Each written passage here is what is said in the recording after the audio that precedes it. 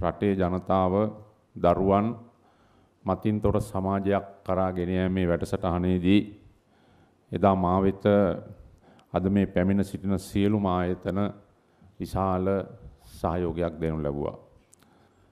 දුම්කල මත්ද්‍රව්‍ය මද්‍යසාර මේ පිළිබඳව ගෙන ගිය පුළුල් ජාතික වැඩසටහන කොතෙක් ශක්තිමත් වූවාද යන්න මා විශ්වාස කරන්නේ ඒ වැඩසටහනේ එක් ප්‍රතිඵලයක් තමයි මම ජනාධිපතිවරයා වීම කියලා හිතනවා.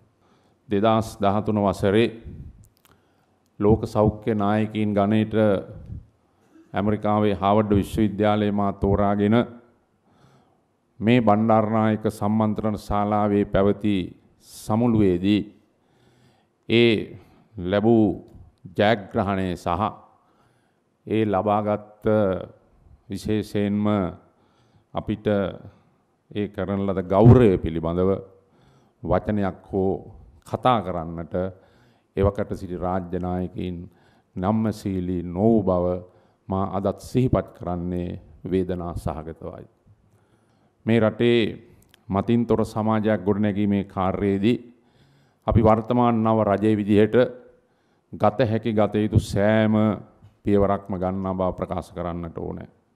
මම ජනාධිපතිවරයා වීමෙන් පසුව මාසයක් වගේ ඇතුළත විශේෂ ජනාධිපති කාර්ය සාධන බලකායක් පිහිටෙව්වා අපේ රටේ මත්ද්‍රව්‍ය වැළැක්වීම තුරන් කිරීම නිවාරණය කිරීම සම්බන්ධයෙන් ජාතික වැඩසටහනක් වශයෙන් අපිට රටක තිබිය යුතු විනය හික්මීම යහපත්කම හැදිච්චකම මේ සියල්ලටම බරපතල අභියෝගයක් තමයි මත්ද්‍රව්‍ය අපි දන්නවා.